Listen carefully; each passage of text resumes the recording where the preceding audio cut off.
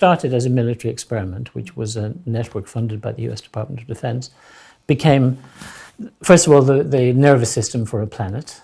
And more importantly, it became, my argument in the article is that the internet went from being a military experiment to being what I call a general purpose technology, like electricity, or like mains water, or like steam.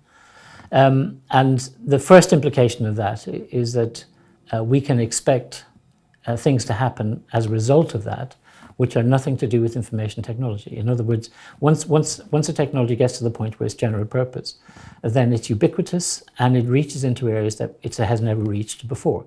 There are two big problems we need to think about. The first is we have to, as societies, confront the question, the certainty that we are now stuck with pervasive surveillance of our online activities. And we have to ask ourselves the question, what are the long-term implications of that for a society?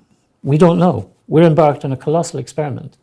The only society that's ever done that kind of experiment before was East Germany, and they only had analog surveillance. So that's the first side of it. The second side of it is we have to ask, what are we going to do about the huge corporations, which now, the huge extractive corporations, as I call them, which now feed on our data? Because sooner or later we're going to have to address the issue of the strange kinds of power that these new corporate entities have. And so my general feeling about this is that we as societies, I'm talking about liberal democracies as well as authoritarian regimes, we're kind of sleepwalking into a world, enthusiastically sleepwalking into a world that A, we don't understand, B, creates all kinds of new complexities for us that we have no social or legislative mechanisms for dealing with, and strange kinds of situations where we have no precedents at all.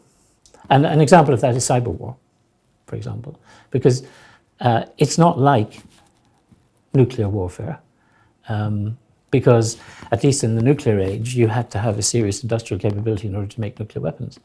You don't have to have a serious industrial capability to make very serious cyber weapons.